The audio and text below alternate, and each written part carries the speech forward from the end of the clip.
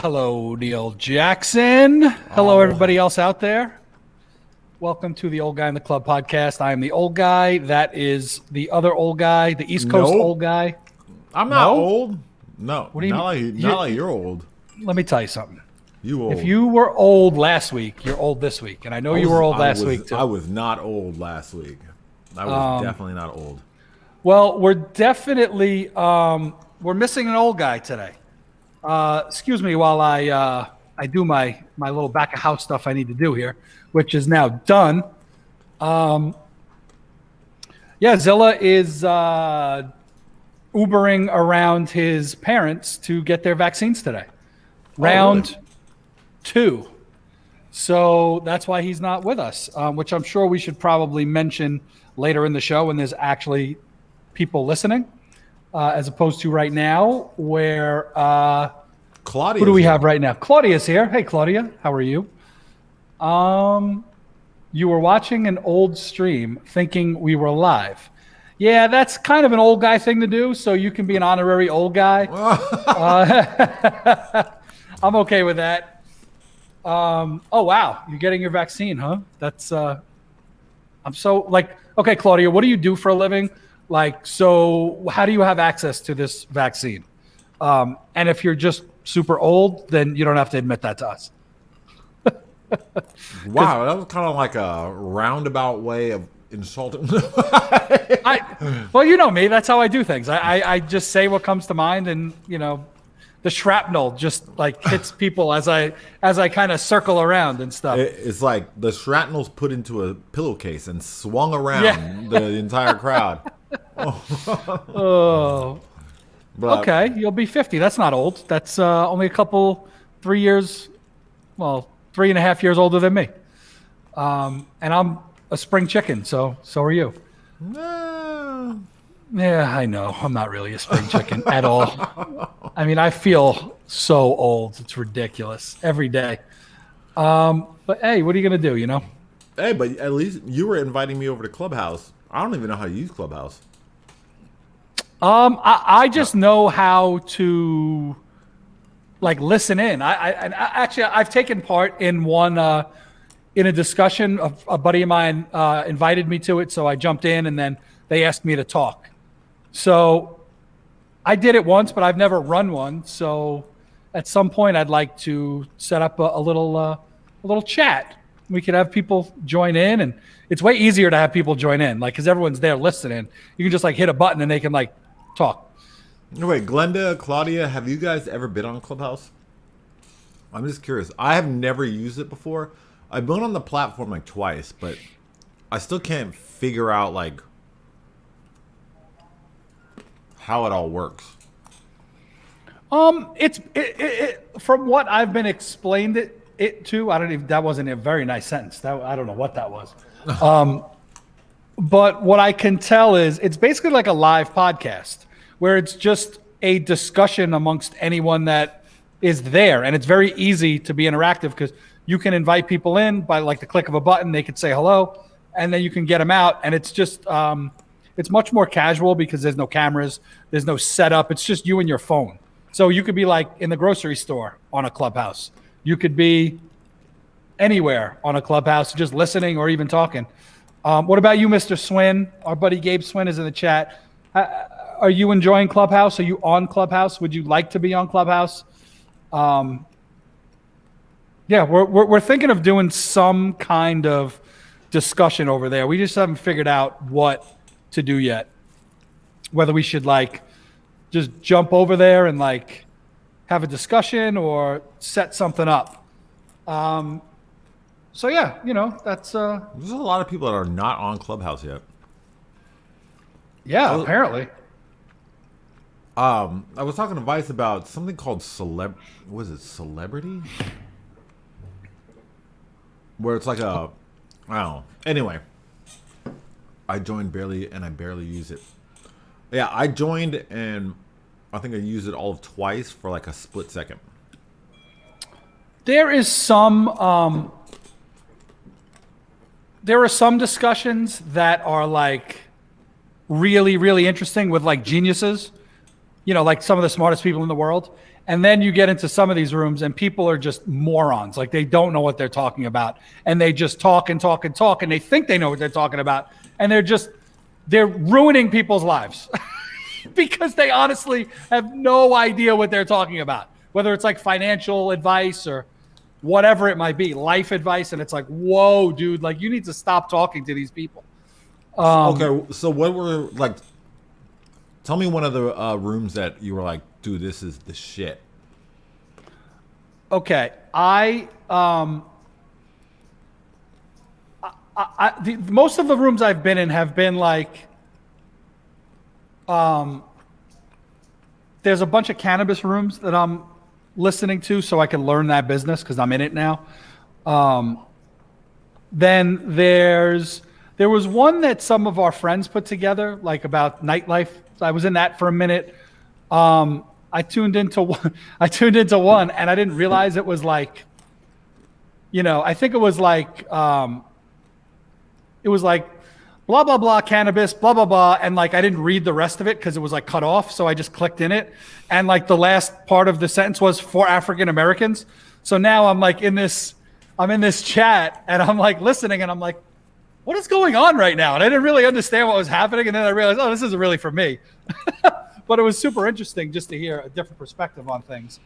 I mean, I hear people in there giving advice about like finances, and it's obvious that these people they don't know anything about finances at all. You just get the money and you put it in the bank. Yeah, well, that's the worst thing you could do, and that's like what that's what some of these people are saying. Anyway, so we can maybe try that later or another time, but I'd like to see what we can do in there because I think it'd be fun, and it's very casual, and we don't have to like look nice, because I primp and I don't know, I can't come up with anything after that. I have really nothing to say today at all. I do have a list, but I don't even know if we'll get to anything because I don't know. Get to the list. You want to go right to the list? Yeah. All right. Well, the first thing on the list is Clubhouse, so I think we've done that. Yeah, I know my beard. It's coming in again. I shaved it pretty good, and then now I just trim it up because I don't know. I think I'm just a beard guy at this point. I mean, I'm losing all the hair on top of my head. Like you can't see it, but like I'm going bald up here. Wow, you got a comb over, a slight comb over. Come on, bro. I wouldn't go that far. No. To the left, I saw. There you go. Oh yeah, right there. Like, look. I mean, I can't see this when I do it, but I'm going to show it to you because much like tall, no one can see that I'm actually going bald. But if I go like this, you can actually see that I'm going bald. Actually, I didn't see anything. It just looked like you were about to give yourself a blowjob. Well, that is not what was about to happen, but I don't know. You can't see how bald I am? Okay, yeah, now I see it. Yeah, that's no bueno, man. No bueno. Oh, Rob's here. Rob, oh God. I thought we could go one show without him. So anyway, for the people in the chat now, Rob was out Ubering his parents around, chauffeuring them around so they could get their second dose of the vaccine. So Rob's parents are now officially Iron Man and Iron Woman. They can go do whatever they want. They can start hitting the clubs in PB again. Head down to Tijuana. They just greenlit the Johnson & Johnson shop. I don't even know what that means. It's the one shot, and it's easily refrigerated. It's the easiest. I don't know. They don't have to freeze it. It lasts a lot longer, and it's only one shot. Oh wow. Yeah. Okay. Yeah, they just greenlit it tonight. Interesting. I'm hearing a lot of stuff where if you just show up, they will give you the vaccine. Which I would like to just show up and have them give me the vaccine. So Jilly Bean's asking, how effective is it? They said it's about like 67%, but the flu shot is only, I think, like 40%. Really? Yeah. Wow. At least that's what I'm hearing from people. Huh. Interesting. And so yeah. So here's some of my topics I have for today. You can just Neil, you can make the call on which ones we talk about. So I had Clubhouse on there. I have Lady Gaga's dogs, which I don't know if you've heard that story. Mr. Potato Head. I did want to kind of dive into the DJ world and the nightlife world for a minute, just because we haven't talked about anything in a long time. And I just kind of wanted to talk about some of, not necessarily any of our friends, but who are the winners? Who are the DJ winners of quarantine? I know we've probably touched on this a little bit. And then just on a personal level, as a fan, like, what are some DJs that you would like go travel to see? Or if you were in a city and you needed to go out for the night and you had a number of options to go see, like, who's the DJ, like, who are the artists that you would like to see? So are we talking about open format, or are we talking about big ticket we guys? can talk about both, Okay. because they're both, is that where you want to start? Let's start with Lady Gaga, because Jilly Bean doesn't know what happened. I actually kind of don't really know what's happening with Lady Gaga's dogs. So apparently, her dog walker was walking her dogs, and she had 3 dogs, or has 3 dogs. Dude walks up, shoots the dog walker, steals 2 of the dogs, and gets away. So the dude's alive, or the woman. Was it a guy or a girl that was the dog walker? I don't know the answer to that, but I think the dog walker is alive. She has the 1 dog back, but now there's she's offering a $500,000 reward for these 2 dogs, no questions asked. I don't know, just no questions asked. Damn. Yeah. In this day and time, you have to offer like a $500,000. That's enough to be bring the killer to justice or the shooter to justice, because everybody's looking for money right now. Yeah, I don't know. I've been hearing some crazy stories about crime in LA. LA is going bananas right now. People are just robbing people. Yeah. I listen to a podcast called Group Chat. I know I've mentioned it on the show before. It's just a great show. It's funny. I laugh. The guys, they don't take themselves too seriously, kind of like us. So one of the dudes who's on the show is the guy Drama. You know Drama? Yeah. From Fantasy Factory, and he was on that show, right? He started. He was he's Rob Dyrdek's cousin, and he started as his assistant or something like that. And he's like a skateboard guy. So he was telling his story. It's the most insane story. And I don't know if this is bad etiquette to tell a story from another podcast on this podcast, but it's hilarious. He drives to go get some shit at 7-Eleven or whatever it was at midnight. And I guess he lives in Hollywood. He drives over the hill because he wants to go to I guess it's just as easy for him to drive over what is that, Laurel Canyon or whatever it is, to get to the valley. To go to a 7-Eleven as it is to go somewhere where he lives. It's, safer. It's a nicer area. So he goes, gets his shit from the store, gets back, gets in his car to leave, gets in his car. Some dude jumps in his car, grabs him. He says he just reacts, runs out of the car, runs back into 7-Eleven, locks the door. So now the guy in 7-Eleven thinks he's robbing the place, starts freaking out. He's like, no, I'm getting robbed. The guy goes in the back, the 7-Eleven guy, and comes out with a samurai sword. Okay? So now he has a samurai sword, and apparently Drama is what do you want me to do? He's like, there's another sword in the back. So he runs in the back. So now there's 2 of them with samurai swords in this 7-Eleven. This is the crazy story that he's telling on the podcast. And I'm dying laughing, listening to this. It's just the most ridiculous story ever. By the time the cops came, the guy was gone and all this stuff. But so to circle back, I heard, there's just crazy shit going on in LA right now. Lady Gaga's dogs. Yeah, Vice called me earlier today and was like, "Yo, bro, it's time, man. You got to get out of New York. It's dead." And I was like, "Wait, what?" He was like, it's time to come back home. I was like, Eric, there ain't no chance I'm going over there. No chance. LA is way more nuts than New York. I mean, we get violence, but like nothing like, it just sounds like a whole nother level out there.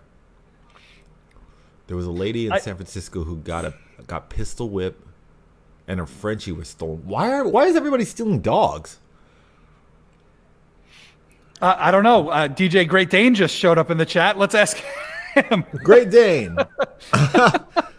We're talking about crime in California, and we're trying to figure out why everybody is getting pistol whipped, shot, stabbed, and their dog being stolen. Now, if I was robbing somebody, the last thing I want to do is rob them and gain another responsibility. I guess people are selling them. I would guess. Right? I don't know. I have no idea. I don't.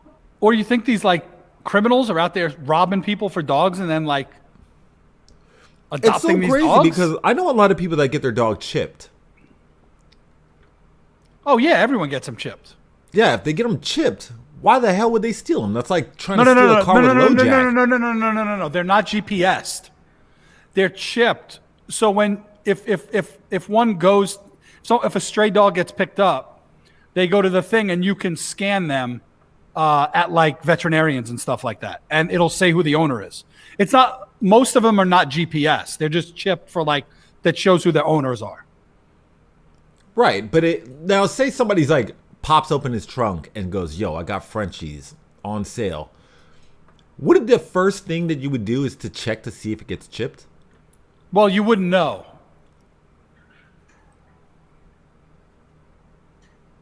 I don't know. I mean, I guess if you wanted to know, you could probably figure it out. But if somebody's popping the trunk selling Frenchies to me for dirt cheap, you know they're stolen, and you know that they're chipped. You're pretty much taking on stolen merchandise. Yeah, I mean, the world's gone crazy. I don't even know what to say. Apparently no one works, but everyone's rich. Like the world is just insane right now. I don't get it. I'm just still trying to figure out how everybody ended up in Tulum and Florida. I'm like, we haven't worked in a year. Yeah. I was having a conversation with E-Rock today, who obviously most of us know. And we were talking about some upcoming work. And it was like we had just like a flashback to a year ago. Because a year ago is when we were talking about, summer gigs. Yeah. And then we haven't really talked too much about work since then. And he's like, oh, so yeah, we'll probably do this and that. What was the deal we were doing, last year? I'm like, dude, it was a year ago. I don't remember that shit. I don't remember those conversations. And then I was like, holy shit, it was exactly a year ago. Like mid-February, end of February, talking about summer residencies and shit like that. Like, holy cow, man. That is crazy. It is crazy. It looks like the nightlife is moving up. He's getting phone calls. I'm getting phone calls. That's great. Yeah, you're getting phone calls from people. Jerks.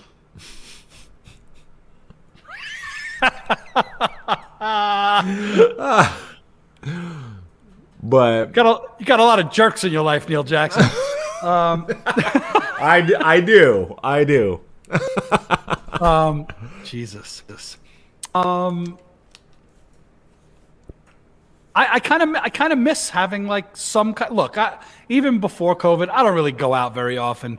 Maybe I go out once a month if I'm lucky, right? Like maybe, or I'll go to Vegas once every month or two and hang out for the night, or meet one of you guys on the road. That's all I do. I don't really.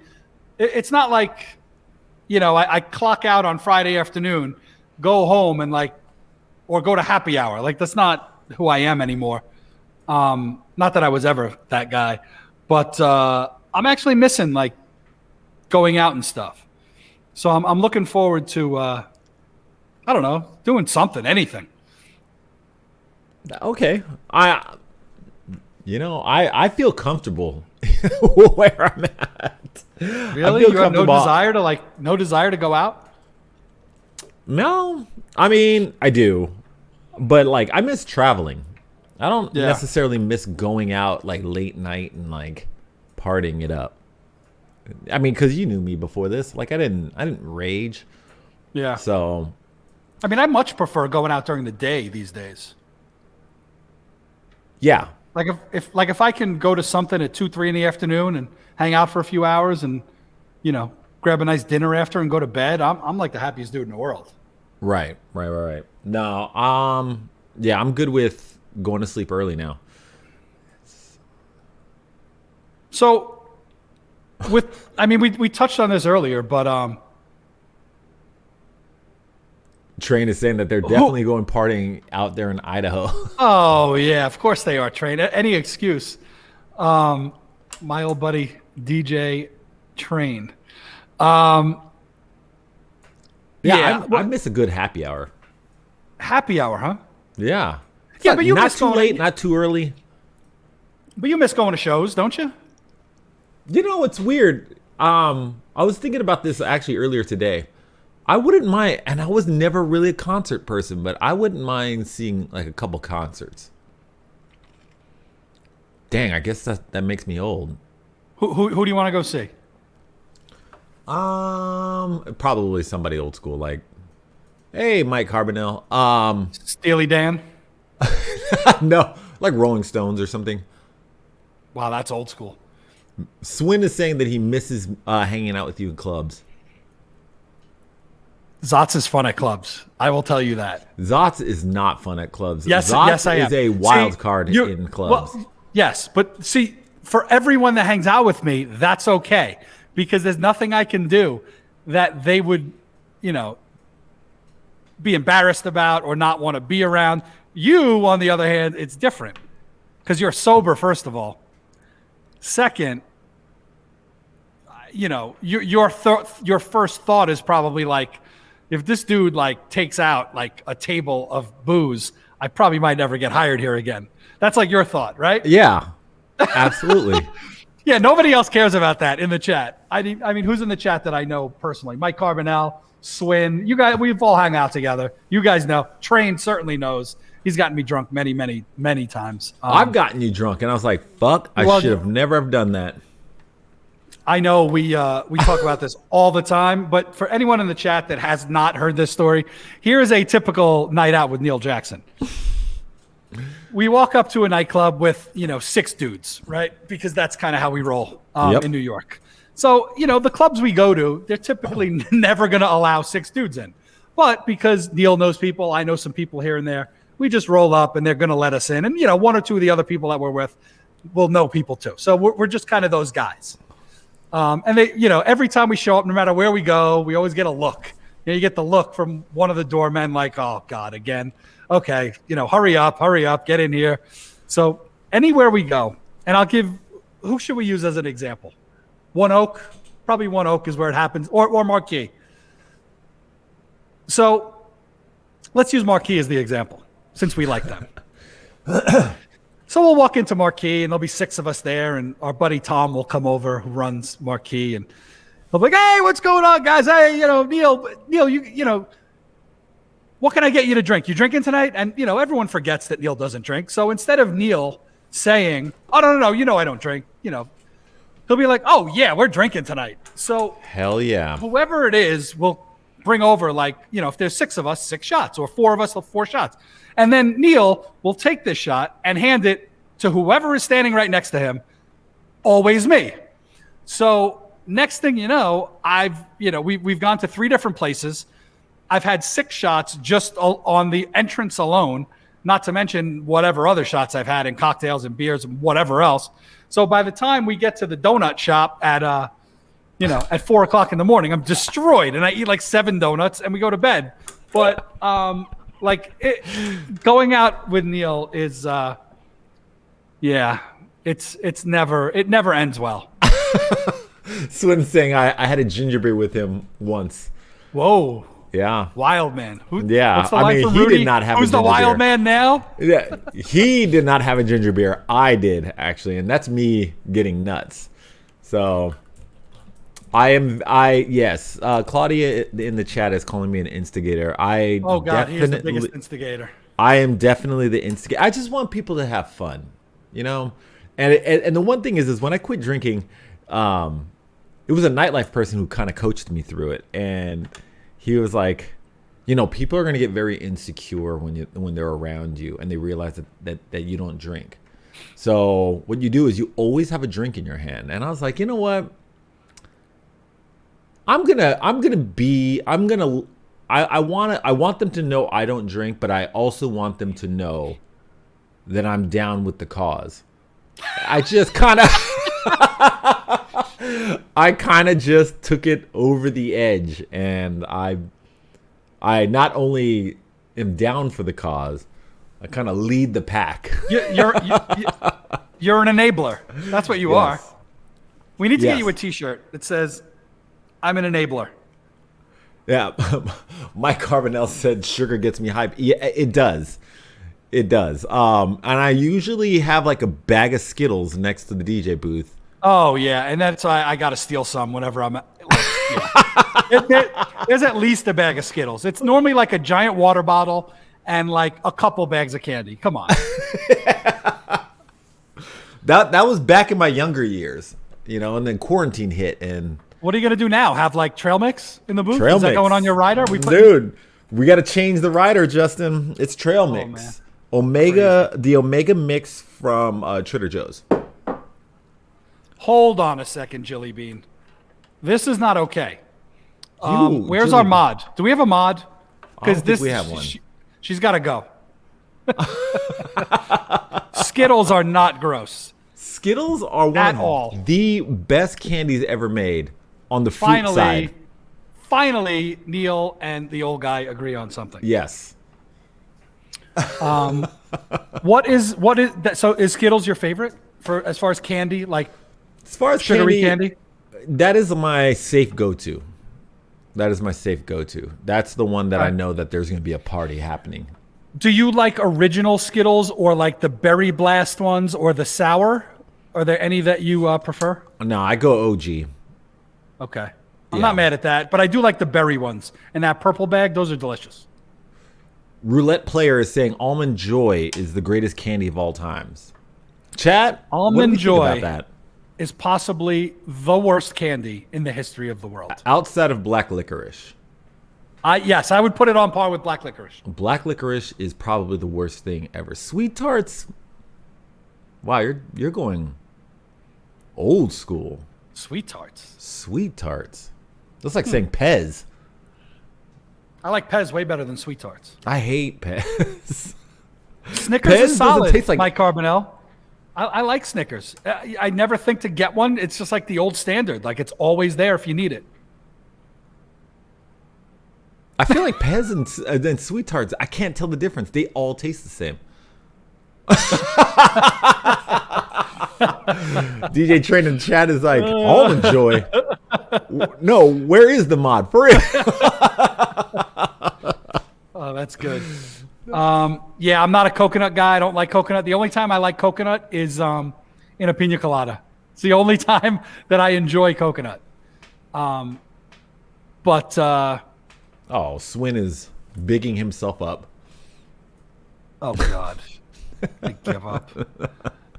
So Neil, I brought this up earlier. I like going to see DJs perform. Certain DJs, you know, your typical boring ass DJ, no thanks. But you know, either friends or people that I really admire as performers, I do miss that. Who's on your list of like, you know, if you're sitting at home on a Friday or Saturday or whatever, and you know, someone says, "Hey, so and so's playing tonight at a place that you know is pretty close to where you live. Wouldn't be a pain in the ass to go to. Not gonna have a problem getting in." Who's getting you out of bed at night to go to a show? And this has to be a DJ? No, but I mean, I'd like to hear a DJ too. Like, if we're talking performer right now, I'm like really big on Gary Clark Jr. Oh yeah, okay. I'm like in that realm right now. I really want to see him perform. If we're talking about DJs, I mean, my go-to is always going to be Cascade.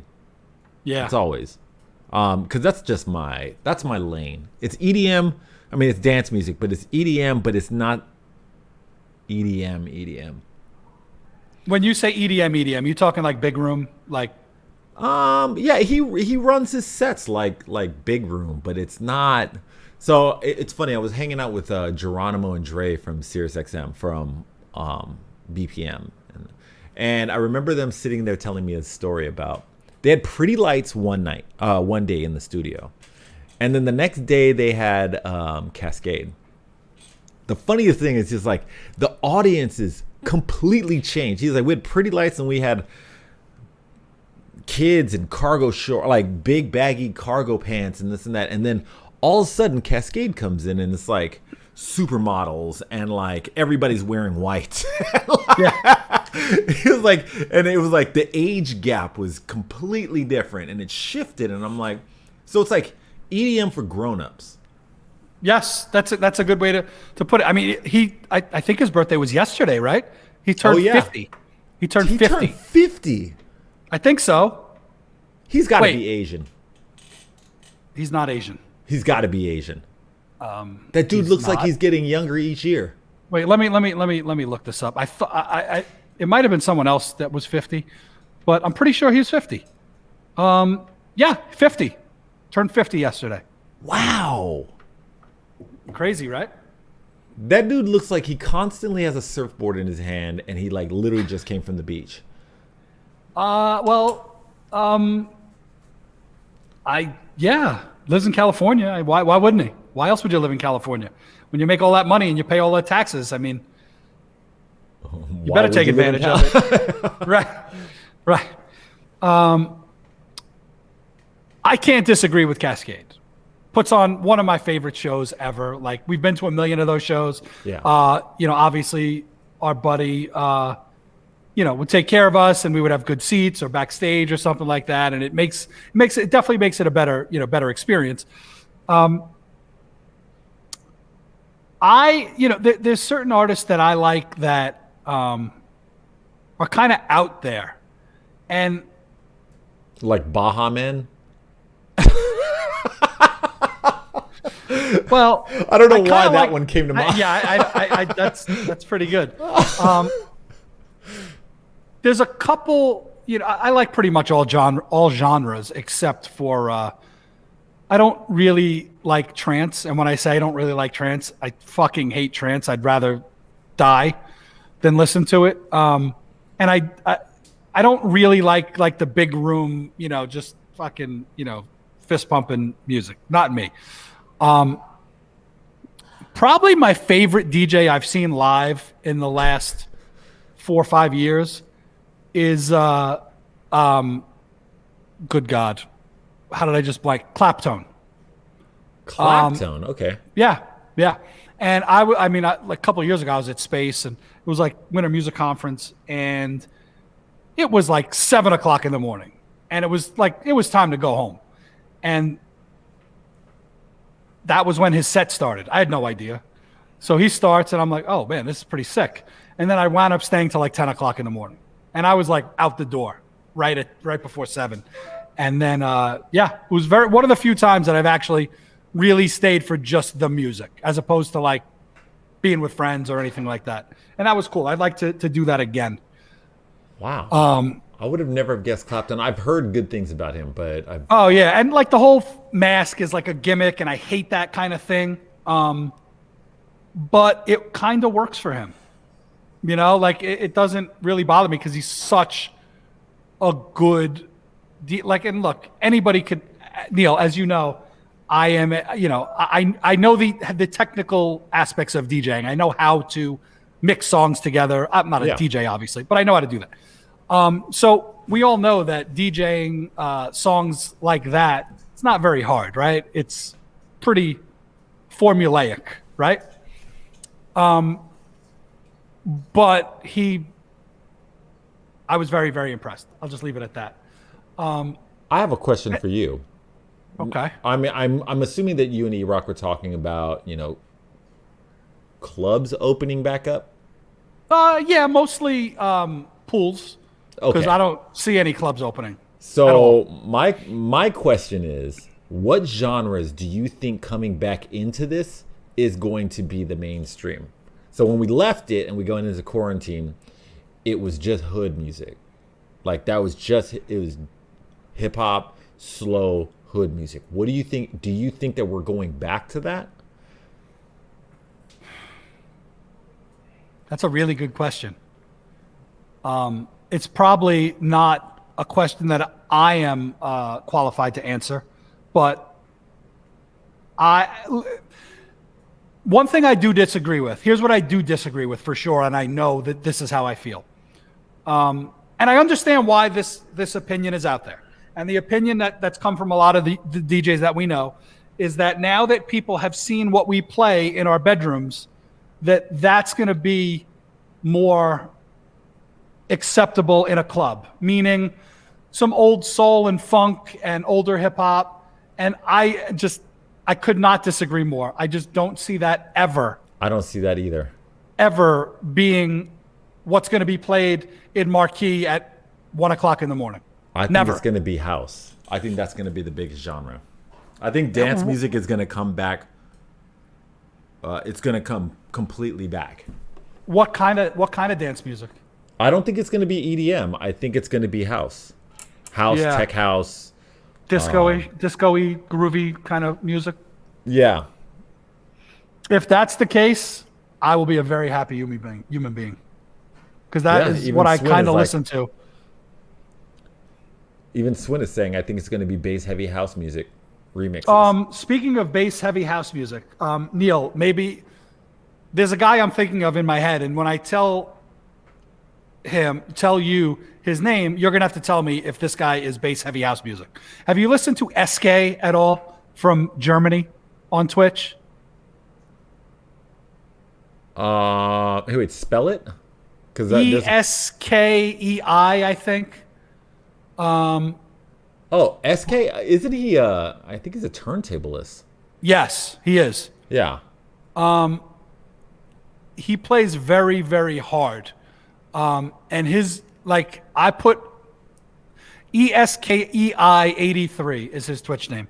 And I really enjoy his sets on, because it's really hard to project energy through someone's phone or computer screen. Right. So the things that I've been really impressed with a lot, and that actually leads us into something else I wanted to talk about. And, that was the DJ winners of quarantine was basically what I wrote down. And there are people, and look, obviously I'm in this business. I thought I knew everybody in this business. I thought I knew of all the great DJs around the country. Obviously that's not the case. So, SK is one guy that I listen to whenever he's on. I'll throw it on, and I just get hyped.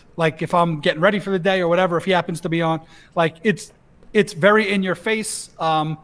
He's very engaging, but it's just great music to me. I think he's a winner of quarantine. And he's won DMC championships. He's legit. Right. But I never heard of him until Really? this. Yeah. I'm a fan. Heavy is, I've never, he's got to be number one on my list as far as energy on a live stream. Can you think of anyone else? On a live stream?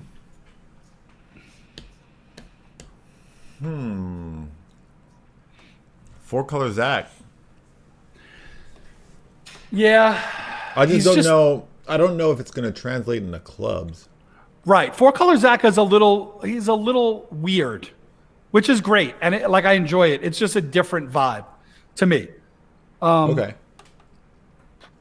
So, if I had to pick some winners, and I'm not going to pick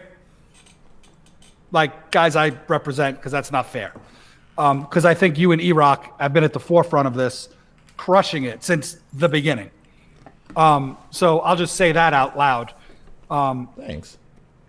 But for the winners that I think who they are, I think it's those two guys, Heavy and SK, to me at least.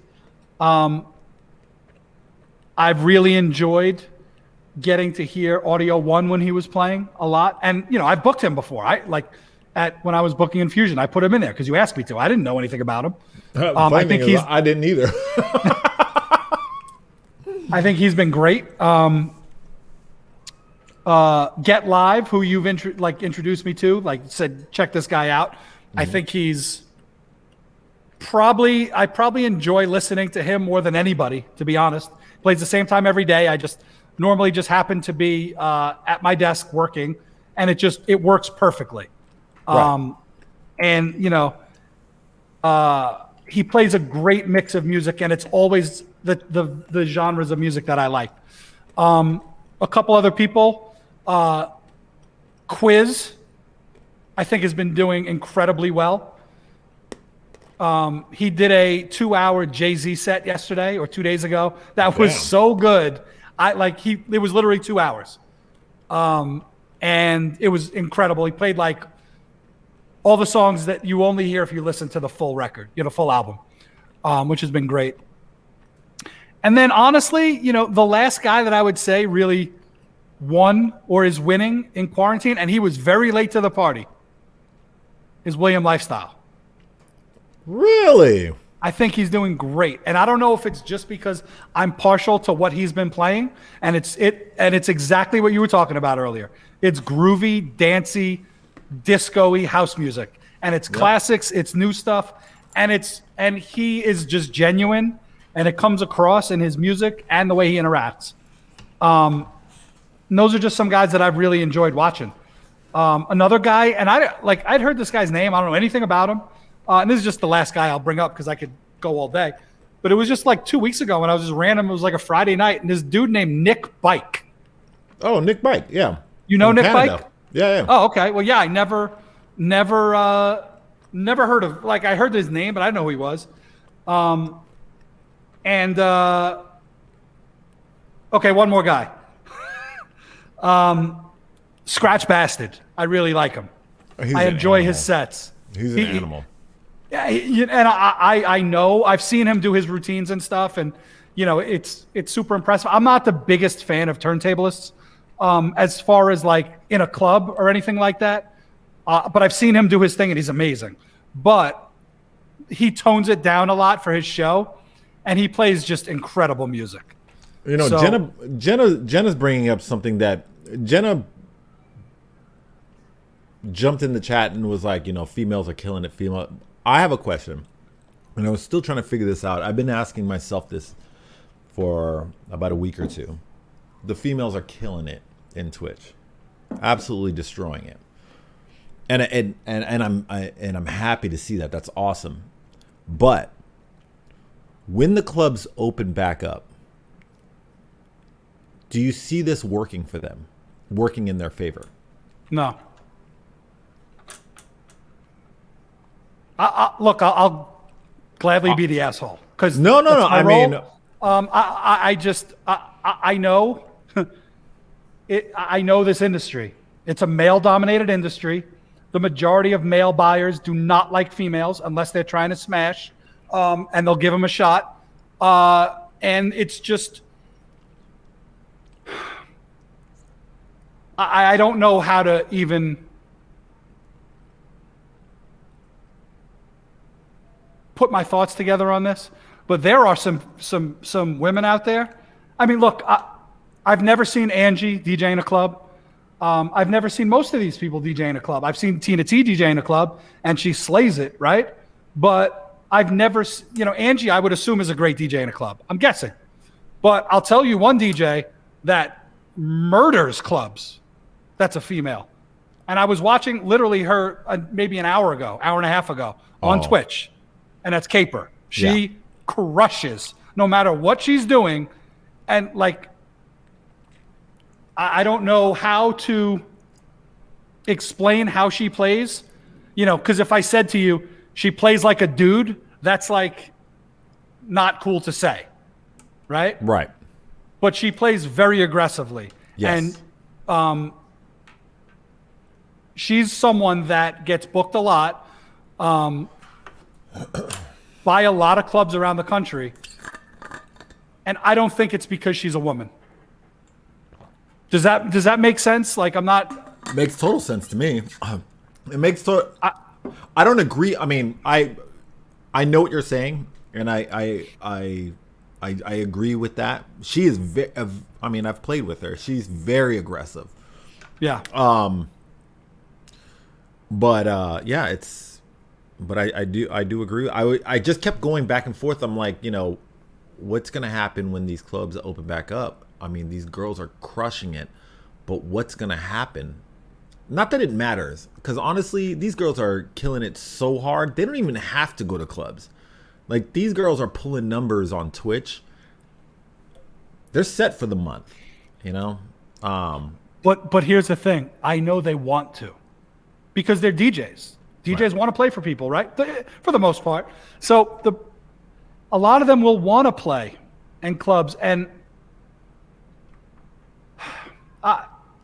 I just feel that for the vast majority of female DJs, and when I say vast majority, I'm talking 99%, 99.9%, they're getting booked because they're women and not because of how good they are.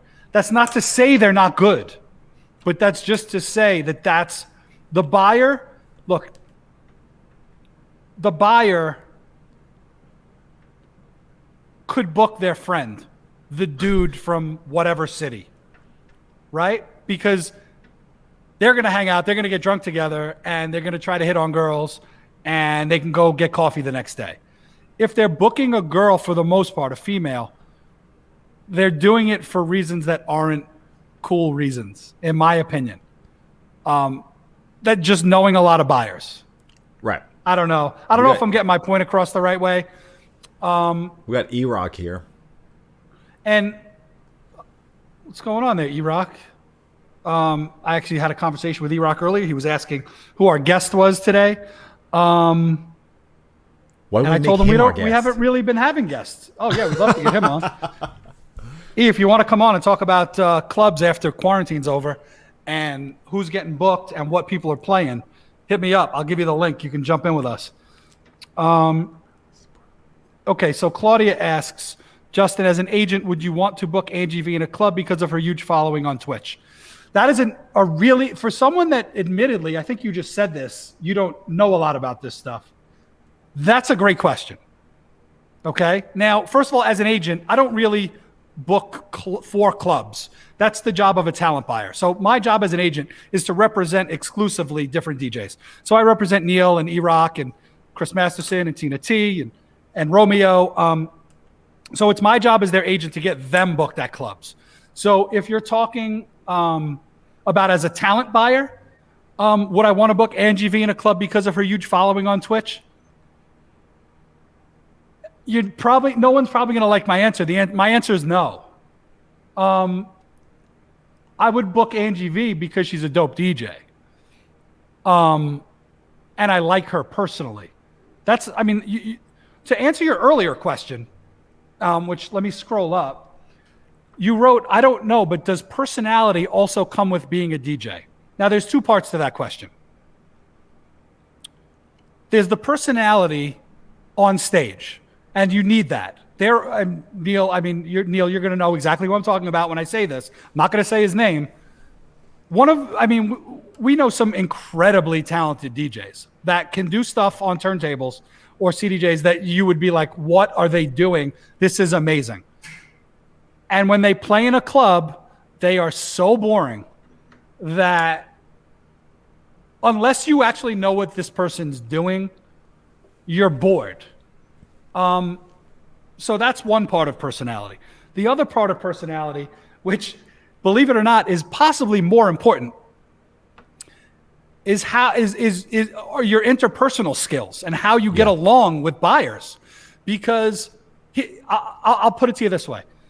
So let's say guys like Neil, guys like E-Rock, let's say there's 50 guys in the country that are on your level. Is that safe to say? Like around the same level, 50, 100 maybe? What do you think? Hey, wait, say that again? How many guys do you think? I was looking at Swin's comment, that's why.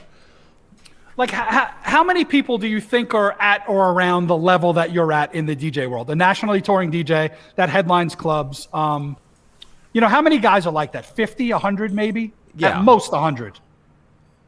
Within the country, I'd say 50. Okay, so let's say 50. Let's say I own a club in San Diego or I mean, I'm not going to say New York because that's a terrible market, right? Okay. Let's say I'm a talent buyer in a club in a city where they actually book touring DJs.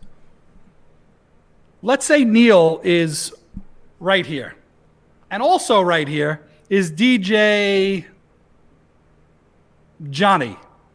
I'm making up a name. Okay? If DJ Johnny is a a boring dude that like doesn't talk, won't go to dinner with the buyer, doesn't really care about being there. And Neil is a guy that loves to go out with the guy that booked him, go to get coffee, hang out, do whatever he needs to do, play an extra half hour, never make a scene about anything, easy to work with. Who do you think the buyer's going to book? Neil or Johnny? He's going to book Neil, even if Johnny happens to be a better DJ in certain ways. We're going to book Neil all day long because as a buyer, it gets boring for you too. And it gets boring for the people in the club.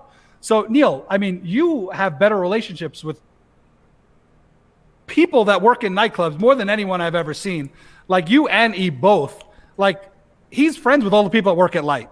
You're friends with all the people that work at, name 3 different clubs in Atlanta that you've played at, or clubs in North Carolina, clubs in Chicago. I guarantee, if I don't know this to be a fact, I guarantee that, Neil, you have spoken to one of your friends that work in Chicago in the last week. Yes. Okay. That's all I'm saying. And that's what it takes to get booked. You have to be a talented DJ. You have to be able to put on a great show. But what's even more important, and it's not always great to say, is you have to play the game. But you can't play the game like you're playing a game. You really have to enjoy it and love it. Yeah. And there's incredibly talented DJs that we're all friends with that are miserable fucking human beings. And I still love them and I still book them. But there's other buyers out there that aren't going to deal with that and don't want to. And they have different agendas. And you have to be able to fit in and make everyone want you to come back all the time. Right. So, there's a lot to that question. That was a great question. And welcome to the chat, our friend William Lifestyle. Were your ears burning? Because I was just talking about you. I was going down a list of the DJs that I think are winning during quarantine. And you were my grand finale of the list that I had. You were the last one I said. So yeah, that's all I have to say about that. Did you see William's comment? Will, you could never be miserable. So I'm not even. I would never hesitate to book you because, first of all, the only way I could see you being miserable is if you were sober, and we know that's never going to happen. So I have no worries that you're going to come to the club happy, and you're going to put on a great show. It's a matter of what level of happy it's going to be. It's either like he comes in happy or he comes in really fucking happy. Yeah. Question: dance music DJs on Twitch. The reason why is because High T just stepped into the chat, and High T is David Morales' mod. Oh, okay. And we were actually talking about you. Who? Me and High T. And we were like, do you think Justin knows who David Morales is? And because of the whole old school New York. Let me tell you something. I used to run a nightclub called Vanity, okay, in New York 20 years ago. Tuesday nights, we did a house music night. And it was kind of an off night. Neil, you know New York, how it is. And, Friday, Saturday, no one goes to clubs. Like just the people that you don't want to hang around go to clubs, right? And the people that really go out and the industry people go out on a Tuesday night or a Wednesday night or a Monday night, right? So this party we had, and I don't even remember the name of the party, but I will tell you that the promoters of the party were two guys named Carlos Ortiz and Oscar Poche. Oscar is still DJing right now.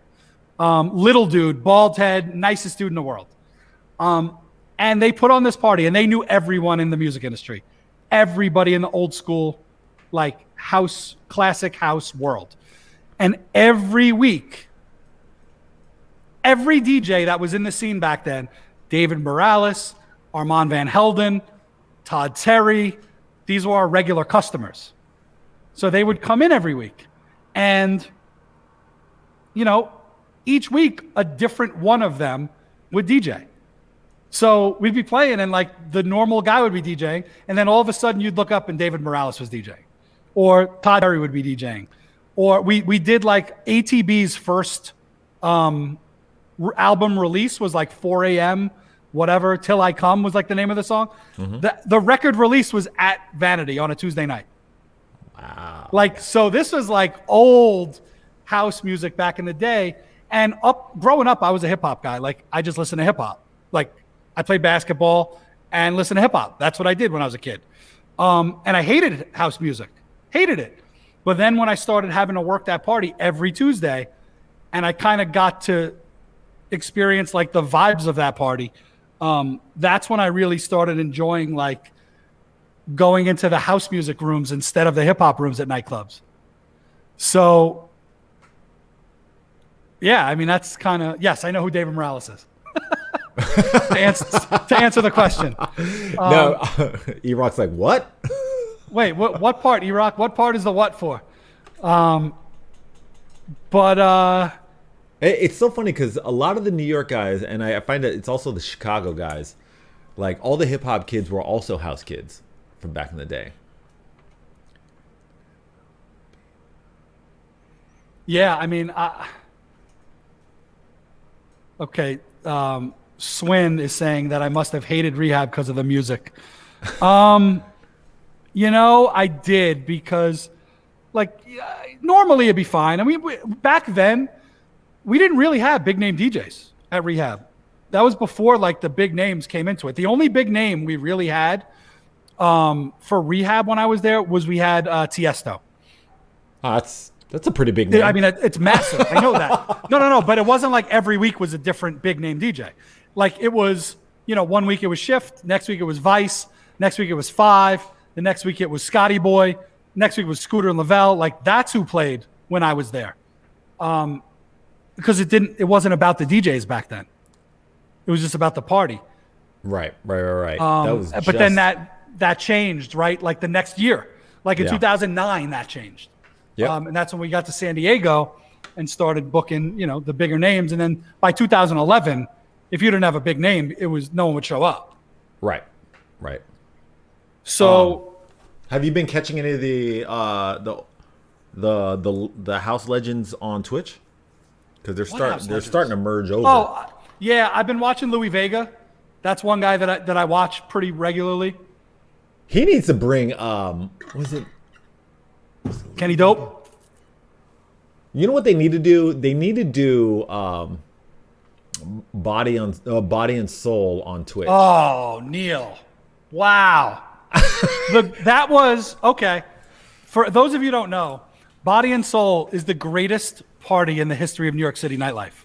Yeah. Now, it didn't take place at night, so I can't even say nightlife. This was a party. This was a party. I think it started at Twilo or I think it was Twilo. Was it Twilo or Sound Factory where it started? I think it was Sound Factory, and I think it ended at Twilo. Okay. So this was before daytime parties. Like day parties didn't exist. And they started this party called Body and Soul, and it was just classic, house music. Like that's all it was. And it would start at, I think, 2 or 3 o'clock, and it ended, I don't remember if it was 10 o'clock or midnight, but every week it ended at a certain time.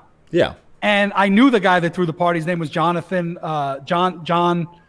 Davis, I think. Not the guy from Korn, but a different Jonathan Davis. I think that would be even better. I'm pretty sure that was his name. And I went in there one time with him, and we were hanging out, and there was no alcohol because it was at a club that didn't have a liquor license. Right. And I said to him, I go, why do you end this party at 10 o'clock or midnight, whatever it was?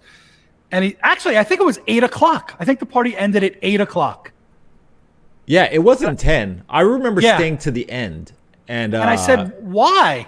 And he said, because if people are here doing whatever they're doing, staying out till 3, 4, 5, 6 in the morning, they're not showing up to work on Monday. And guess what? They're probably not going to come next week because they know that they're going to get themselves in trouble. So if we end the party at 8 o'clock, people could just come every week and not worry about getting to work the next day. yeah, I was like, smart. It's a long-term strategy, and it made a lot of sense. Lavo brunch. Same thing. Saturdays. Bravo brunch. Yep, Saturday they end during it. the day. Instead of just man, day parties are the best. Yeah. That's the one thing is like I'm looking forward to going back to the day parties. Yeah. All right. So wait, now that we're talking, because we got some house heads in the chat. What were some of your heroes? Who, me? Yeah. Or people in the chat? You. Because you know what? I'm asking you these questions because you complain a lot. I want to know what you do like. When you say heroes, do you mean like who I'm the biggest fans of, like musically, or? Okay. Well, the first house music song that I probably didn't even realize it was a house song at the time that I ever really was like, whoa, like what is this? Was You Don't, what is it? The Armand Van Helden, You Don't Know Me, You Don't Even Know Me, whatever the name of that song is. Okay. Yeah. So that song was the one I was like, whoa, okay, this is different. Like this feels different. But to be perfectly honest, the songs that I like kind of in that world, they weren't even house music songs, but they led into house music songs. So when I would go to Nell's, which was one of my favorite clubs ever growing up, the songs that you would hear were like the old, like Luther Vandross and Frankie Beverly songs that had that soulful, like, but dancey vibe to it. Yep. And those were the songs that I liked because those songs would transition into that, at the time, newer, house music. So, but those were the songs that I really enjoyed the most, and I still do to this day. Like, Would you I say mean, that this. Go ahead. Go ahead. No, go ahead. No. I was just gonna say, like, those are the songs that, like, I sing in the shower. That's frightening. Oh yeah. What's the song? What's the Luther Vandross song? Never Too Much. Like that song. What's the Frankie Beverly song? You know the song I'm talking about. It's the song that it's played everywhere. I got to look it up because I'm. Well, ask your question and I'll look this up. Well, no, because it would segue into a whole nother genre. Because I was trying to figure out would you say that you are more of a house head or a hip hop head? Okay, before I let go, Oh yeah, just has to be in the top 10 songs of all time. That's how I feel about that. Am I a house head or a hip hop head? I mean, I don't even know how to pick. Like, I don't even know what to say. I feel equally comfortable in both venues. I like the music equally in both venues. It's just being in the mindset of whichever one you're going to. You know me. Like, I love like a deep house or a tech house club. Like at certain times, if I'm in Miami at Space at 6 a.m, yeah, I want to listen to like some deep house. If I'm in New York or Atlanta or even LA, like I want like grimy, dirty hip hop. I like them both. okay. I was just wondering. I didn't answer your question, but Well, you kind of did. You just said I like them both. I was just trying to figure out whether you were a hip hop head or a house head. Frankie Knuckles. Is Frankie Knuckles on Twitch? Frankie Knuckles is dead, so Okay, Frankie Knuckles. probably not. Frankie Knuckles is not on Twitch. Why am I? There was somebody that High T was bringing up that I was like, wait, who? Was it Louis God. Vega? Who else is on Twitch? Louis Vega's on Twitch. I listen to him every once in a while. I would love to see him and Kenny Dope do a Masters at Works at on Twitch. I think that would translate. I think that'd be great. Hi T, what other old school house DJs are also on Twitch?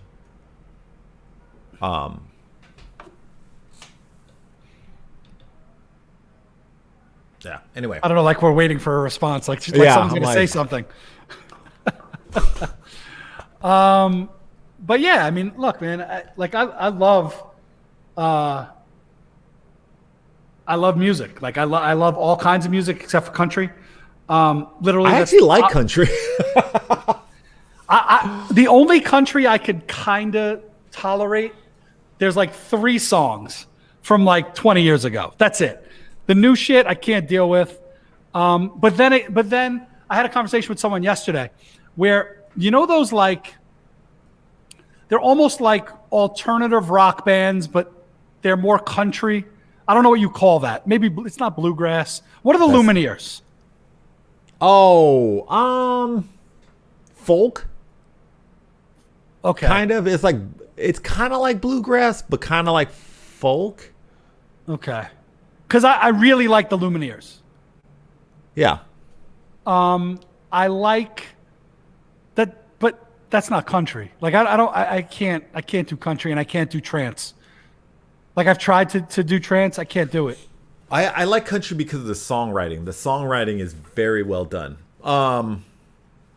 The output of it may be a little weird. A lot of pop music was actually written as country songs and converted into pop music. Really? Yeah. I was talking to the publisher. I was talking to Matt over at Ultra, and he goes down to Nashville to sign a lot of songwriters. And he showed me a David Guetta song that was actually a country song, and then they just reworked it, and it turned out to be one of his bigger hits. Oh wow! Of the past like 3 years, and I just can't remember what song it was. Huh. Jen is saying country is spicy.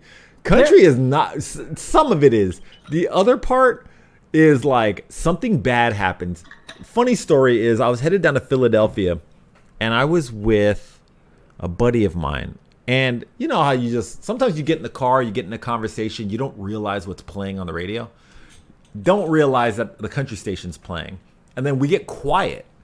And like it almost becomes depressing.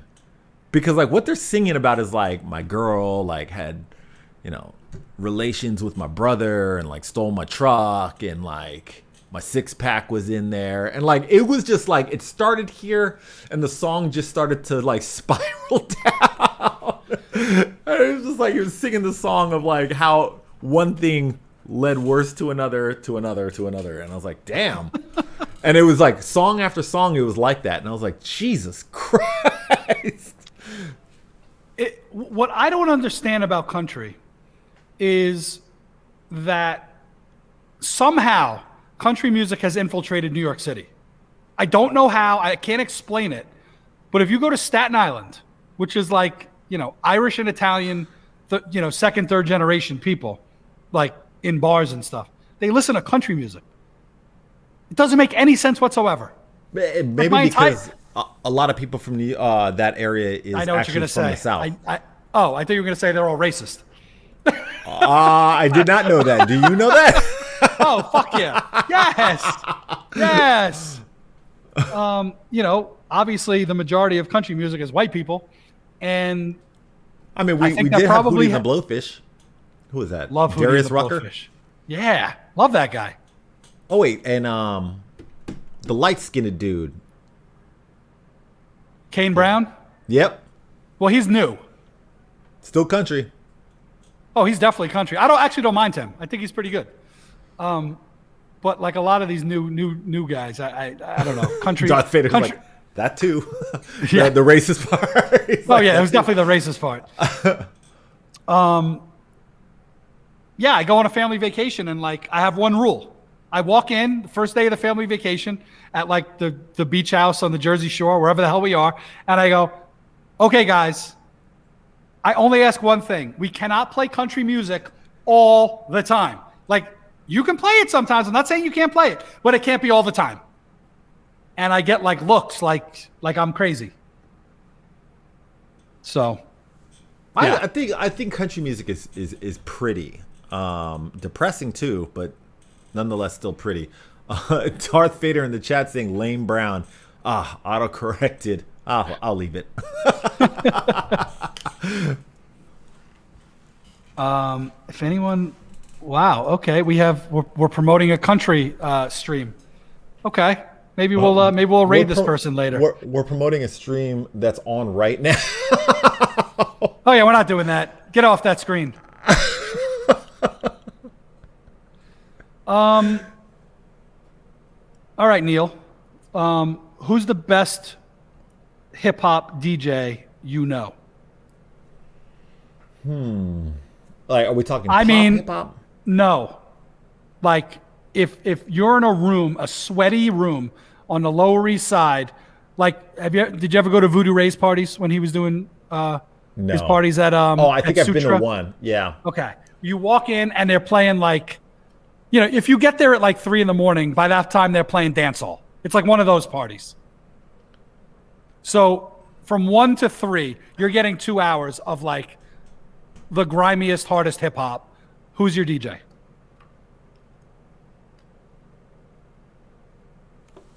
Grimiest, hardest hip hop. We're talking like pop hip hop, or we're talking about like grimy. No. I'm talking like the guy that's going to play like the 3rd song off the Blueprint 2. Like that guy. Big Ben. I knew you were going to say that. Big Ben is an animal. Yeah. Like he really is. He is one of those dudes. So people in the chat and people who are listening to this, Big Ben is one of those guys that like, he doesn't have a popular name, but in New York, we all know that dude, and he could play. And even with hip hop here, this is even, music is all regional. So you got the South, you got the North, Northeast, Midwest, Northern Cali, Southern Cali. We all have our own like genres. Big Ben, but not only is it that regional, New York also is regional as well. We got uptown, we got downtown, we got Brooklyn hip hop, Queens. This dude can like go, it doesn't matter what area he's in. He could play the hardest set of that area. And not only that, he mixes so fast and only plays the best parts of each song. It'll be like 10 seconds. It'll be like 1 full minute. Whatever the best part of that song was, he's only playing that part in and out. And you're just singing. So, and by the time you realize what he's playing, he's already in the next song. Yeah. And he's good on the mic. Just don't ask him to play house music. So, yeah. So funny. Yeah. He actually, yep. No, he's not. He's not a good house DJ. Incredible hip hop DJ. Heart of Gold, incredible hip hop DJ, and soca, reggae, you name it. When he gets into dance music, it's a little. Yeah, I mean is that a New York thing? The reggae towards the end of the night. I think it's always been like that. Until the bottle clubs appeared. Right. Okay. Because anytime I've gone to like a real hip hop party, like that's kind of how it ends, which is just the best. It brings back so many memories. I mean, I'm not the biggest reggae fan, but like, those sets when you throw them into a party, turn the party completely. There's like 45 minutes of you can just go so hard. Yeah. And it's all the songs that everyone's heard every time, but it doesn't matter. Because it's all about the grinding. Yeah. Throwback dance halls at the end of the night. Yeah. Yep. So club. All right. What else is on your list? Nothing we need to talk about. Come on. Mr. Potato Head. You want to talk about Mr. Potato Head or no? Somebody brought that up. What is that? Well, I mean, I know what it is, but what is it right now? So apparently, Mr. Potato Head is offensive. So I forget what company, Hasbro or Mattel, whichever company puts out Mr. Potato Head, is now just calling it Potato Head. It's offensive because it states a sex? Yeah. Get out of here. Yeah. Oh, Yeah. wow. Even though there's a Mrs. Potato Head too, so I don't understand. There was. She had eyelashes. Yeah. I don't. Yeah. I don't. Look, I'm. Man, you're Look, catching me up to speed. I'm all for everybody being respected for who they are, right? Like that's not. Whatever you are, like good for you. But let's say you're a younger kid going through, I don't even know what the correct terminology is. I'm an asshole. Like this is going to sound bad. Like let's say, what is it? Gender fluid. You don't really pick a gender. Right. What is it? Gender neutral? I don't really know. But my point is, if that's who you are, your life is going to be more difficult because of who you are. And that's not to say you're wrong, because you are who you are, right? But it's not, and I don't want to say you're not, it would be harder than someone that's normal, because no one's, we're all normal. Like, right? Everybody's different, right? So at some point you're probably going to have to learn that life is going to be, you're going to have some trickier situations, and your life's going to be, there's going to be issues more than a boy or a girl. I don't even know how to say this if I'm offending people. You can't take it out of society to protect everyone, because those people, they are going to have to deal with this their whole lives. Does that make any sense what I'm saying? I don't know if I'm going off on a tangent that I shouldn't have. I don't know. It's I don't know. I mean, yeah. I think it's silly, but I also I think the whole situation is silly, but I I'm looking at both sides of it, and it's at some point it's gonna have to be addressed, because as society keeps changing, it's not a norm, and it becomes, I don't know if this is hard to talk about, and there becomes a spotlight that's put on the situation. And I've never had to think about it until in recent times. yeah, and like I know this has been in the news too lately, that they're allowing transgender women to participate in sports, like against biological women.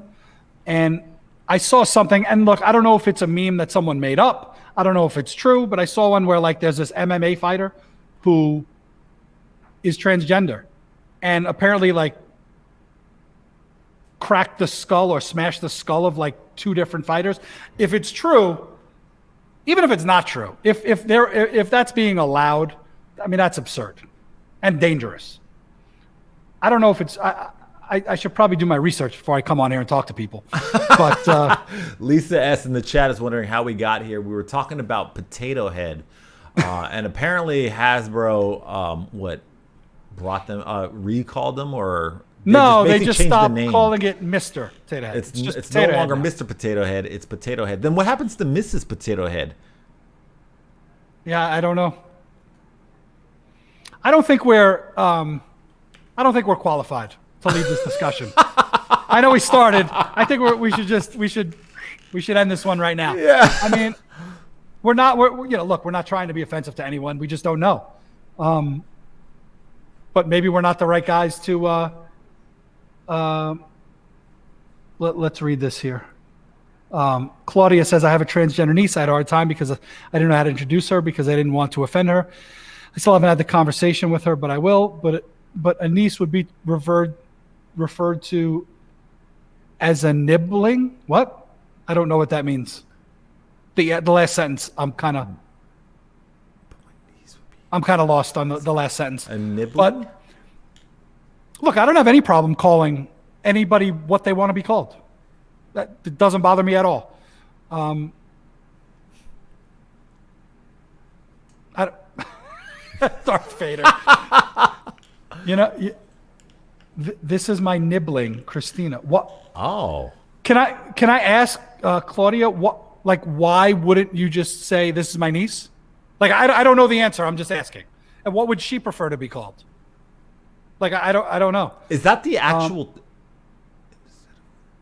Yeah. Where did the N come from? Oh, what is it? Huh.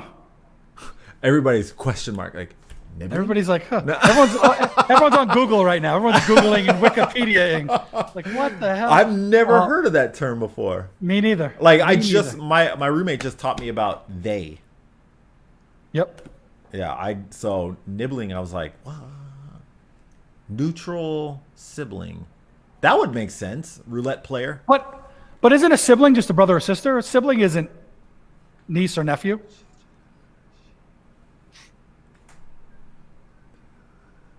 Yeah, but Darth Vader, the niece is a female, feminine nomenclature, or if you want to get fancy with your words. Yeah, I was like, ah. But look, once someone decides they want to be a female, why shouldn't we call them females?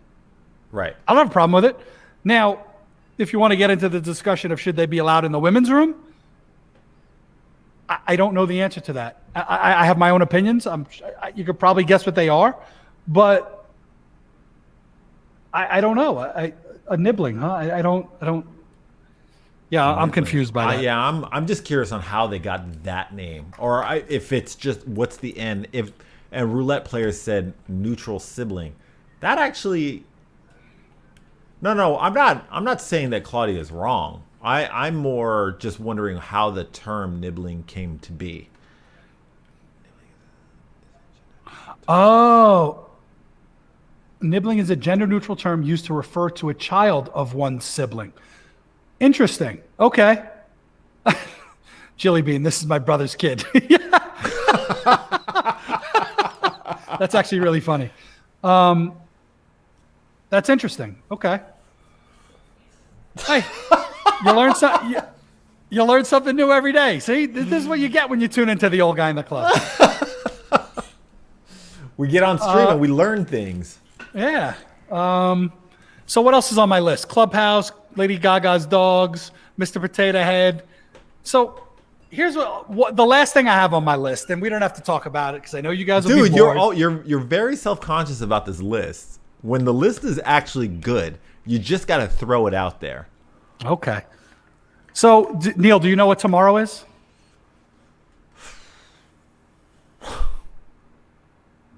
Kwanzaa. I don't know. I have no idea. I actually don't even know when Kwanzaa is. What if I said that? What if I said that? If you said no, that's why I said it. I knew I felt comfortable saying that. And if you listen to the playback, I'm Black, Hawaiian, Chinese, Japanese. That is why I said that. Okay, so you're part Japanese and you don't know what tomorrow is.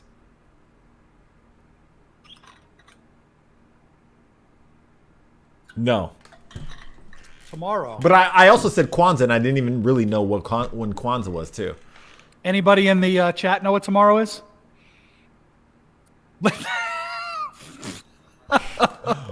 It might be Leif Erikson Day, Darth Vader. I'm not exactly sure. So tomorrow is Pokemon Day. What the hell is Pokemon Day? It is the 25th anniversary of the first release of Pokemon. Why do you know that? Because I collect Pokemon cards. Okay, so this is what I didn't know. Okay. You didn't know that. How did you get it? How did you get into collecting Pokemon cards?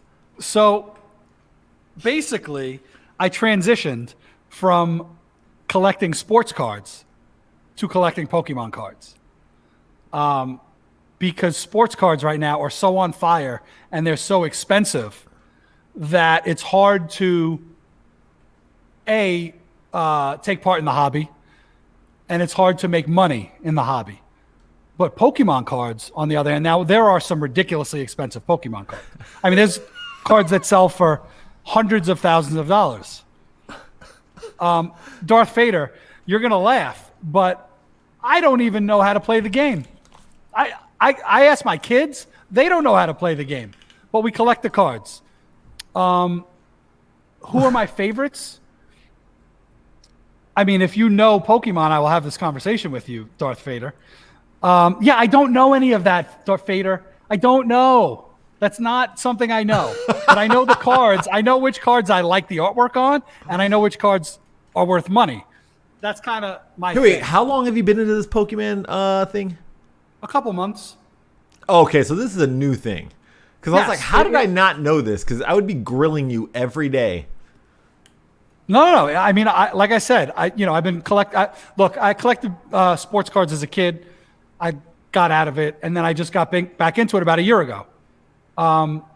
Maybe not a year ago, maybe 8 months ago, whatever it was.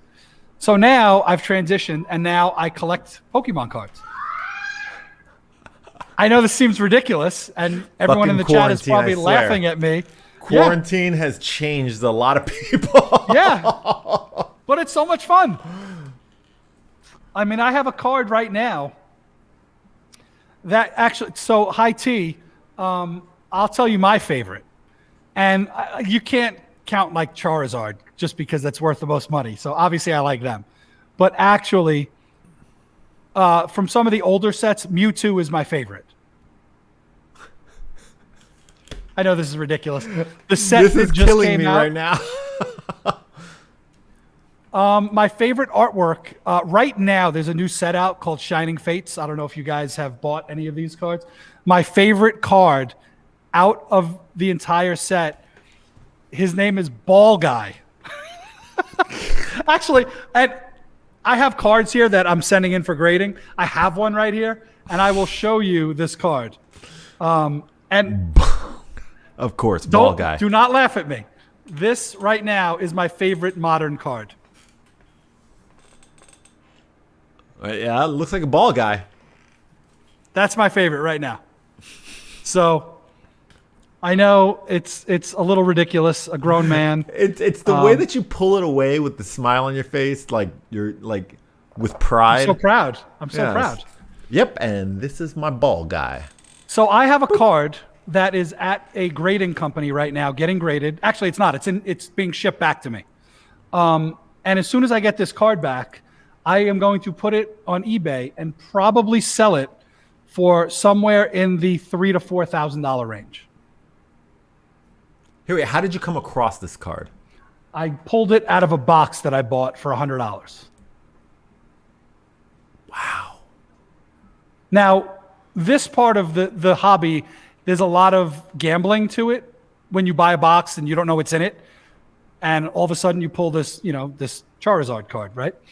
So you have to get lucky and find that card. Then the card has to be in good shape because you have to send it to get graded.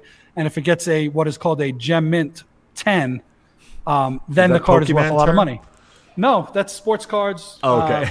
Yeah, no, it's every card. So yeah. Hey, wait, so let me ask you, and I think we've had this conversation. So I have autographed baseballs. Should I send those in? Depending on who they are, yeah. I mean, what you should do is Google who. Mickey Mantle. Okay. Well, yes. So Google Mickey Mantle autographed baseball. Click on sold, so you sort it by sold listings, so you know it's legit. Like not just look, 'cause someone could ask $1 million, but until it's sold, it's not worth anything. So just put sold and look, and you'll see what's there. Okay, I'm gonna check that out tonight. I have him. I have Hank Aaron. I have like a bunch of people. Jesus, Neil. When I was a kid, I think I told you guys this story. When I was a kid, You did. I mean, I didn't realize it was those guys. Yeah, I'm old. So when I was a kid, they were young. No, they were old at the time. And my uncle would take me to these. I got Mickey Mantle's autograph for $20 on a baseball. And then I just So cased crazy. it, and I just like left it. I left it at my sister's house. I left all of them. I have like Johnny Bench, Harlem Killer Brew, and like a bunch of other people. So, yeah, I need to figure out how to do that. What is Darth saying? So yeah, so tomorrow is Pokemon Day. So Pokemon Day. Yeah, a lot of the bigger collectible sites and Pokemon sites are doing like some crazy live streams today. Do you know the whole Logan Paul story? No, which one? Well, here's one. So Logan Paul is a huge Pokemon guy, has been his whole life, right? He bought 6 boxes of first edition Pokemon cards, sealed boxes, like have never been opened. He bought 6 of these boxes for $2 million. Okay. Logan Paul, the YouTuber? Yes. Yes. Okay. Each box, on average, was about $350,000. Each box has 36 packs in it. Okay, so you're looking at $9,000 or $10,000 per pack is what they're pretty much worth, right? He bought these boxes and then he auctioned off individual packs in each box. The first box he sold, each pack averaged $35,000. Damn. And tomorrow night, he will be on a live stream opening up these packs for the people that bought them. In search of this one card, there's a ton of cards that are worth tons of money, but the biggest card you're looking for is this Charizard card that if it's in a 10 condition, it's worth hundreds and hundreds of thousands of dollars. But he spent $3 million. He spent So $2 million. $2 million, but you're hoping that there's a bunch of other cards in there. He doesn't care. He doesn't care because he sold the packs. So he's selling all the packs for some ridiculous markup. So let's say he sold all the packs in all 6 boxes. He's paid $2 million. He'll probably make $6 million. Okay. Jesus. Man. Yep. I'm going to stick to cryptocurrency right now because that's kind of hot right now, and I'll just leave the Pokemon to you. If you need any Pokemon advice, you let me know. Don't need that. I won't need that. So yeah, that was my list for the day. That was a list. That was a good list. Thanks. Yeah. I Thanks, think I- you should start belting off more lists. They may seem ridiculous to you, but I like them. I enjoy these lists. I'm a big list guy. Like as my week goes on, I just create a note in the Notes app, and I'll say 226 show. And then as I'll be driving down the street and see some idiot doing something, and I'll write, "Hey, some idiot was doing this," and that's on my list. That didn't really happen this week, but yeah. Yeah, Claudia's like, wow, we hardly ever go through that list. I'm like, that list. Chat, what did you think of that list? Would you say that I thought that was a solid list? We had a good hour and a half conversation about Lady Gaga's dogs. I really enjoyed the music conversation and the nightlife conversation. I know Yeah. we typically stray away from that because it gets old, but I enjoyed that. Like I would like to talk about music more often because I like music. Absolutely. But we got to talk And it's- about all sorts of music, not just club music. Yeah. Dude, I mean, you and I have like Gary Clark Jilly. Jr. is on my list too. Gary Clark Jr. is incredible live. I've seen him live. I actually went on Spotify, only listened to his live albums. Yeah. His live albums are so sick. Yep. And I'm not a big concert guy, but every time I go to a concert, I'm like, that was a great concert. But I don't go to a lot. Yeah, for me, it's all about weather. Like the weather has to be extremely nice for me to enjoy the concert. If it's too hot, I hate it. If it's too cold, I hate it. For me, it's all about weather too. Whether or not I can go backstage because I'm not hanging out in the front. Claudia said next week we could talk about this discussion. I mean, we might as well talk. I mean, because honestly, everybody in the chat right now was in the conversation. So what Claudia is talking about was a conversation that I had with this guy, Citizen Richard. I think you saw him in my chat. And he and I work together on the site. and he was asking me a question. He was like, so somebody had asked him the question. He's asking it to me. Father, son, mother, daughter, same sex. Which offspring had a music career better than their parent? Same sex though, and same art. So in this case, we're talking about music. Am I supposed to think of one, or are you going to give me lists and tell me who I think is better? Because I can't even think of any. No, exactly. We were stuck. Somebody. Oh, okay. Yeah, music career, but it has to be same sex. Father, son, mother, daughter. Little John and Young Slade. That's all I can think of. That's it. That's all I got. Dude, people were like, somebody, and like, look, I'm not a fan of either, but this could be debated. Julio and Enrique Iglesias. Wow, that's really good. But that was a debate. Everybody's like, no way he beat Julio. Oh, okay. It's close. I mean, Enrique was a massive star, but so was Julio back in the day. Yeah. But wow, that's really good. That's a really good one. Yeah, dude, we kept going and no one. I would say that was the one where I was like, yeah, that's it. But I wasn't a fan of either, so I can't really compare which one was the better, because they both are big artists to me, but I don't know what's. There's got to be some country dudes. Has to be. None. I mean, none that anybody else is. I mean, there's one, and I'm thinking of him. I can't think of his name right now. He's a younger country guy. I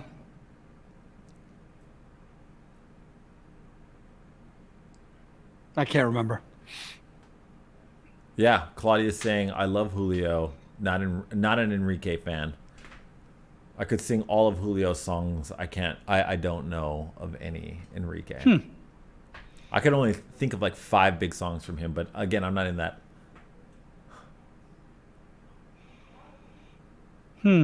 Bertie Higgins, Diesel Boy? You got me on that one. Yeah, and then like some people were bringing up artists. I'm like, I have no idea. I was saying Jaden and Will, but Jaden Smith and Will Smith. What does Jaden Smith do? He's a rapper. Oh, I didn't know that. Had no idea. Hey, Diesel Boy he's been around forever, right, Darth Vader? I think we used to do a Thursday party at that place, Vanity, I was talking about early. That was a drum and bass party. And I'm pretty sure we had Diesel Boy play. The only people I remember from this party were, I think, Diesel Boy and a guy named Dara. D-A-R-A. It was like this tall dude with like long hair, right? Yep. That was a sick party. Talk about energy. And I did not like that music, but now I'll throw on some of that music and be like, oh yeah, okay, I get it. I was not a big drum and bass fan. But I guess I was California. I don't think California was. At least I just wasn't. I wasn't into that. Yeah. Like drum and bass and jungle. But I also grew up in the hood, so like we didn't have that. Father and son or mother and daughter. I got to think about this over the next week, dude. I can't even come up with something. When Citizen Richard brought it up to me, I was right when we got off the phone. I was like literally sitting there racking my brain, trying to figure it out. And I was trying, in the chat, I was like, nobody Google it, just think about it. And like, dude, this conversation went on forever. So, anyway. All right. Well, I think we did it. We did my list. That's it. We'll come up with a new list for next week. Yeah, let's try to do a Clubhouse on another day. I mean, I'm down to do it on a Sunday or whatever. Let's do a Clubhouse chat between today and next week, but we need a topic. And let's think about a topic. If you're in the chat and you don't have an invite, DM me on Instagram, and I'll send you one. Yeah, and I mean, I think I have like 7 of them. I have 7 also.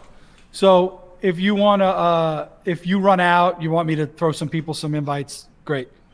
And Darth Vader has 6. Oh yeah. So yeah, let's try to get a clubhouse going sometime this week. We'll come up with a fun topic. Yeah, that topic is it's not even enough to discuss, Claudia, because I don't think we know any. Just be a bunch of us sitting around going, I don't even know. Oh, the parent-child thing? Yeah. Talk about all right. today's real estate market. No, I'm just kidding. Oh God, there's like a million of those. We'll come up with something. Maybe we'll enlist some other like nightlife people. Maybe we'll do that. That's always fun. All right. Well, I think that was enough for today. Both you and I were kind of tired going into this, and now I'm not even tired. Had a good time. Yeah, this is a good one. But and we're not even going to do grinds my gears because I'm in a good mood. Yeah. Even though everything grinds my gears. Why ruin it? Yeah. Go Will? All right, people. Well, thank you for. Let's see who we got here. Oh yeah, well, you should definitely do well. Thanks everybody for showing up. And hold on one second. I don't even know how to do this. /raid. Will Yum Lifestyle no E. All right, we're gonna hit the raid button, and then we are going to get the hell out of here. That's what's about to happen, as Neil is playing with his crossfader. Diddling my crossfader? Oh God! All right, people. Thanks for coming. We'll see you next week, same time, same place, and we'll let you know about Clubhouse. Maybe we'll throw that up on Instagram or something. We'll try to get that going. Bye, guys.